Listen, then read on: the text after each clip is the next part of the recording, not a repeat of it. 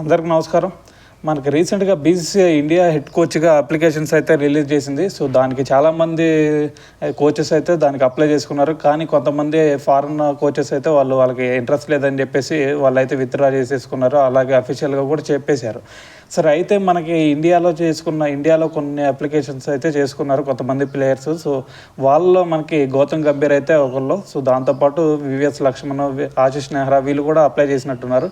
అయితే దాని తర్వాత మనకి గౌతమ్ గంభీర్ని అయితే ఇప్పటికే వాళ్ళు బీసీసీఐ అయితే అనౌన్స్ చేసింది అని అయితే అనుకుంటున్నారు. ఆల్రెడీ ఫిక్స్ చేశారు అని అయితే ఒక వార్తలు అయితే రావడం జరిగింది. నిన్న క్రిక్ బజ్లో ఈ విషయం అయితే ఒక ఐపీఎల్ ఓనర్ అయితే క్రిక్ బజ్ వేదికగా అయితే చూడడం జరిగింది. అయితే అతను చెప్పింది ఏంటంటే ఆల్రెడీ మనకి గౌతమ్ గంభీర్ అయితే బీసీసీఐ వాళ్ళు ఆల్రెడీ ఫిక్స్ చేశారు, కానీ అఫీషియల్గా ఇంకా దాన్ని అయితే అనౌన్స్ చేయలేదు. సో దాన్ని కూడా రేపు T20 వరల్డ్ కప్ జరిగే ముందు లేదంటే దాని తర్వాత అయినా మనకి అనౌన్స్ చేస్తారని అయితే చెప్పారు. సో దీని తర్వాత మనకి అర్థమైంది ఏంటంటే ఖచ్చితంగా గౌతమ్ గంభీర్ ఈసారి హెడ్ కోచ్గా ఉండే ఛాన్సెస్ అయితే ఉన్నాయి. సో మరి ఒకవేళ హెడ్ కోచ్ అయిన తర్వాత మరి గౌతమ్ గంభీర్ సరిగ్గా నిర్వర్తించగలడా లేదా అనే దాని గురించి మనం మాట్లాడుకుంటే ఆల్రెడీ మనకు తెలుసు గౌతమ్ గంభీర్ ఎంత అగ్రెసివ్గా ఉంటాడో. సో యంగ్స్టర్స్ ఎంత అగ్రెసివ్గా ఉంటాడో అదేవిధంగా అంత అగ్రెసివ్గా అయితే మనకి కనిపిస్తాడు. సో ఆల్రెడీ మనం చూసాం 2012, 2014లో మనకి గౌతమ్ గంభీర్ కేకేఆర్కి ట్రోఫీస్ గెలిపించాడు. సో దాంతోపాటు మనకి LSG 2 times సెమీఫైనల్కి తీసుకెళ్లడంలో మనకి గౌతమ్ గంభీర్ రోల్ ఎలా ఉంది అనేది మనందరికీ తెలిసిందే. దాంతోపాటు ఈ ఇయర్ చూసుకున్నట్టయితే మొన్న కేకేఆర్కి మెంటర్గా ఉంటూ కేకేఆర్ని కూడా ఛాంపియన్గా నిలబెట్టాడు. సో ప్రతి దాంట్లో మనకి గౌతమ్ గంభీర్ రోల్ ఎలా ఉండిద్ది అనేది మనందరికీ తెలిసింది, దాని గురించి చెప్పుకోవాల్సిన అవసరం లేదు.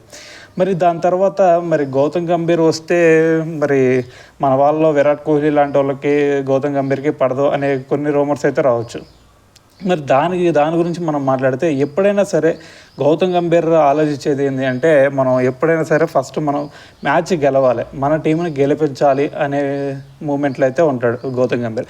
సో దాంట్లో భాగంగానే మనకి విరాట్ కోహ్లీతో గొడవలైనా సరే, లేదంటే అంతకుముందు పాకిస్తాన్ ప్లేయర్స్తో గొడవలైనా సరే, అఫ్రీదీతో లేదంటే కమ్రాన్ అక్మల్ వీళ్ళతో కూడా అదే విషయంలో గొడవ పడేవాడు.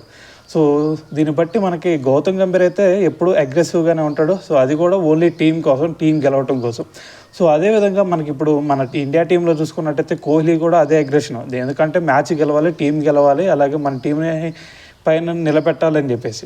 సో వీళ్ళిద్దరూ ఒపీనియన్స్ ఒకేలాగా ఉంటాయి. సో దాంతోపాటు మనకి గౌతమ్ గంభీర్ చూసుకున్నట్టయితే వాళ్ళ టీంలో మెంబర్స్ని ఎప్పుడు అతను ఇన్సల్ట్ చేయడం కానీ అలాగే వాళ్ళతో గొడవలు పడటం కానీ ఎప్పుడు జరగలేదు. ఓన్లీ అపోజిషన్తో మాత్రమే గౌతమ్ గంభీర్ ఏదైనా గొడవ పడినా కానీ అది ఓన్లీ వాళ్ళ టీం గెలిపించడం కోసం మాత్రమే చేస్తాడు. సో ఇలాంటి టైంలో మరి దాంతోపాటు మన టాలెంట్ స్కౌటింగ్ చేయడంలో మన గౌతమ్ గంభీర్ అయితే నెంబర్ 1 ఉంటాడు. సో అదంతా మనకు తెలిసిందే. ఎందుకంటే రీసెంట్గా మనకి మయాంక్ యాదవ్ చూసుకున్నా, లేదంటే నవదీప్ సైని మీ అందరూ తెలుసు. నవదీప్ సైని డైరెక్ట్గా నెట్స్లో బౌలింగ్ చేస్తూ తను ఏ మ్యాచెస్ ఆడకపోయినా తనైతే తీసుకొని మనకైతే ఇలాగ IPL టీమ్స్లో అయితే తను రికమెండ్ చేయడం జరిగింది. సో దాన్ని బట్టి మనందరూ తెలుసు. సో టాలెంట్ని వెలుగుతీయడంలో గౌతమ్ గంభీర్ నెంబర్ 1 అని చెప్పేసి. సో దీన్ని బట్టి మనకి విరాట్ కోహ్లీ టీం కోసమే ఆడతాడు, దాంతోపాటు గౌతమ్ గంభీర్ టీం కోసమే తనైతే ప్రయత్నం చేస్తాడు. సో కాబట్టి ఈసారి వీళ్ళ మధ్య అయితే ఎటువంటి ఇబ్బంది అయితే రాదు అనేది నా ఫీలింగ్. సో దాని తర్వాత చూసుకున్నట్టయితే మనకి గౌతమ్ గంభీర్ గురించి చెప్పాలి అంటే తన టెన్యూర్ చూసుకున్నట్టయితే రేపు రాబోయే 2027 వరల్డ్ కప్ వరకు అయితే తన టెన్యూర్ అయితే ఉండేది. సో ఈ మధ్యలో కొంతమంది సీనియర్ ప్లేయర్స్ కూడా వెళ్ళే ఛాన్స్ ఉంది, లైక్ రోహిత్ శర్మ వెళ్ళే ఛాన్స్ ఉంది. సో దాని తర్వాత మనకి ఇంకా శిఖర్ ధావన్ అయితే కనిపించడం అనుకోండి, ఇప్పుడే 39-40 వచ్చినట్టుండే. సో దాని తర్వాత మొహమ్మద్ షమి కూడా కనిపించకపోవచ్చు. సో అతను వాళ్ళ ప్లేస్లో మనకి ఇంకా యంగ్ టాలెంటెడ్ పర్సన్స్ అయితే వచ్చే ఛాన్స్ ఉంది. సో దాంతోపాటు యంగ్ టాలెంట్ అంటే మనందరూ తెలిసిందే కొంచెం హై వోల్టేజ్లో ఉంటారు. సో దాంతోపాటు మనకి గౌతమ్ గంభీర్ కూడా అదే హై వోల్టేజ్తో కొంచెం అగ్రెసివ్గా ఉంటాడు. సో ఇలాంటి కాంబినేషన్తో రేపు రాబోయే వన్డే వరల్డ్ కప్కి మన టీం ఇంకా కొంచెం అగ్రెసివ్గా మారిద్ది అని అయితే నాకైతే అనిపిస్తుంది. సో దాని తర్వాత మనం ఆల్రెడీ చూసాం మొన్న మ్యాచ్లో. సో ఆల్రెడీ ఫస్ట్ నుంచే మనకి గౌతమ్ గంభీర్ కూడా వాళ్ళ టీంతో చెప్పడం జరిగింది, మనం ఎలాగైనా సరే ఫైనల్లో మనం మ్యాచ్ ఆడాలి, సో దాంతోపాటు మనం ఛాంపియన్స్గా నిలవాలి అని చెప్పేసి అదే అగ్రెషన్ ఫస్ట్ నుంచి ఉంది. సో అదే అగ్రెషన్తో మనకి రేపు రాబోయే వరల్డ్ కప్కి కూడా మనకి గౌతమ్ గంభీర్ కనుక ఖచ్చితంగా కోచ్గా ఉంటే ఖచ్చితంగా మనం రాబోయే వరల్డ్ కప్లో మన వాళ్ళు ఖచ్చితంగా ట్రోఫీ కొడతారని అయితే నాకు అనిపిస్తుంది. సో దీని మీద గౌతమ్ గంభీర్ హెడ్ కోచ్గా ఉంటే దీనివల్ల మన ఇండియా టీంకి ఏమన్నా ఇబ్బంది ఉంటుందా అనే దాని గురించి మీకు ఏదన్నా సందేహాలు ఉంటే కామెంట్ రూపంలో అయితే తెలియజేయండి.